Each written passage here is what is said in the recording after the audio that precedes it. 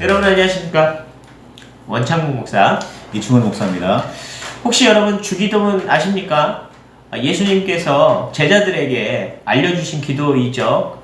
제자들이 이렇게 기도해라. 어떻게 기도하면 좋겠습니까? 라고 했던 그 질문에 의해서 예수님께서 알려주신 주님이 가르쳐준 기도라 해서 주의 기도라고 하는데 성경책에는 주기도문이라고 표기되어 있긴 합니다. 자, 근데 주기도문이라고 하는 것이 요즘 교회에서 많이 사용하지 않는 경우도 있어요. 근데 주기도문이 꼭 필요할까요? 아니면 주기도문이 의미가 있을까요?를 한번 생각해 보겠습니다.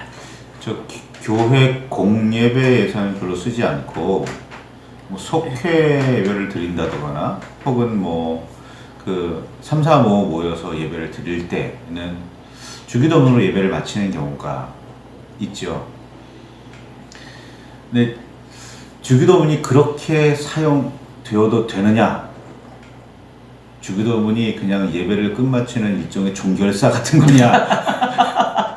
이건 좀 이렇게 문제를 좀 심각하게 새겨보아야 될 것 같고, 일주일에 공예배에서 단 한 번도 주기도문을 하지 않아도 좋으냐? 주기도문이 그렇게 아무런 가치 없는 거냐? 이건 좀 깊이 생각해 볼 필요가 있을 것 같습니다. 사실 주기도문이라는 게 목사님이 아직 되시지 않은 그런 그 전도사님들 같은 경우는 주기도문을 많이 활용하기도 해요. 그러니까 공예배 중에서도 주기도문을 통해서 예배를 마치는 경우가 많이 있기 때문입니다.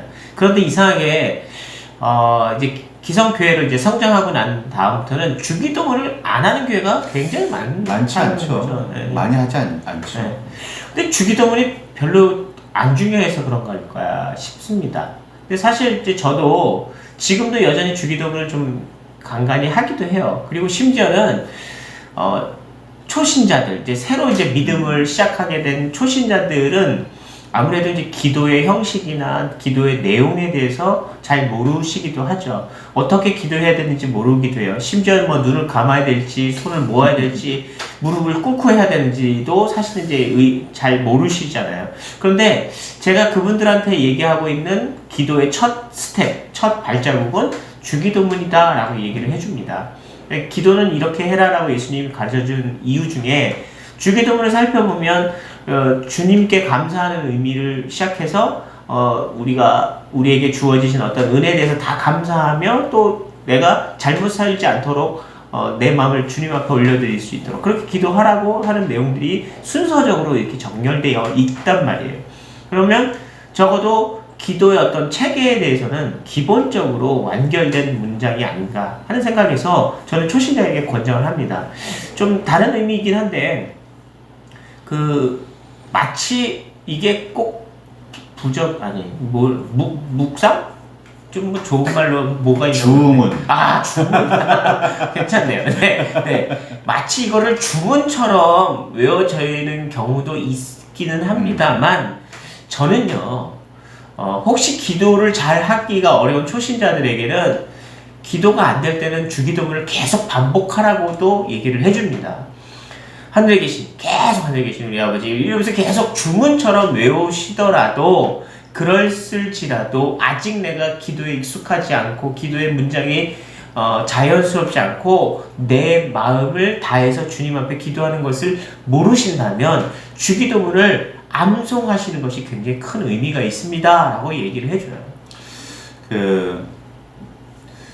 주기도문이 정답은 아닐지라도 모범 답안이기는 해요. 그러니까 기도를 잘 하시던 잘 못하시던 간에 예수님께서 이렇게 기도하라고 가르쳐 주신 그 기도 안에는 우리가 기도해야 할 모든 내용이 다 들어 있습니다. 그러니까 그 주기도문을 예수님께서 가르쳐 주신 그 기도를 좀 중요하게 여기고 늘 기도할 수 있었으면 좋겠습니다. 아까도 말씀하셨듯이 저도 비슷한데요. 저도 제 스스로가 목사라 늘 기도 잘하겠지 아니거든요. 안 될 때도 있어요. 그럴 때는 저도 그렇게 합니다. 주기도문을 외우고 사도신경을 외우고 그걸 이렇게 반복해서 기도를 해요. 안 될 때는 그렇게 합니다. 그러니까 누가 되었든 간에 기도를 잘 못하시건 잘 하시건 간에 예수님께서 가르치신 기도가 모범이라는 사실을 기억하시고, 그리고 내가 정말 그 모범에 가깝게 기도하고 있는지도 살펴보시고, 그렇게 예수님의 기도를 기억하고 활용하셨으면 좋겠습니다. 네, 정리하겠습니다. 주님이 가르쳐 주신 기도, 주기도문 의미가 있다? 없다? 그렇게 단순하게? 있다! 있다. 네. 왜 있냐? 주님이 가르쳐 주신 기도에도 의미가 있겠지만, 기도하지 못하는 사람들에게는 굉장히 큰 모범적인 기도가 됩니다. 그리고 말문이 막힐 때, 기도문이 막힐 때 다시 한번 문을 열어주는 그런 기도가 된다. 이런 의미입니다. 정리하자고 하셨는데 첨언을 하자면, 네. 그 목사님이나 뭐 인도자가 없는 예배의 종결사 아닙니다. 잔인하시네요. 종결사 아닙니다, 이거는. 완성된 어떤 예배에 대해서 마지막에 하는 종교사를 빼버리셨네요. 그 참으로 마음을 담아서 그렇게 되기를 기도합니다. 그렇게 기도하시기를 바랍니다. 네, 감사합니다.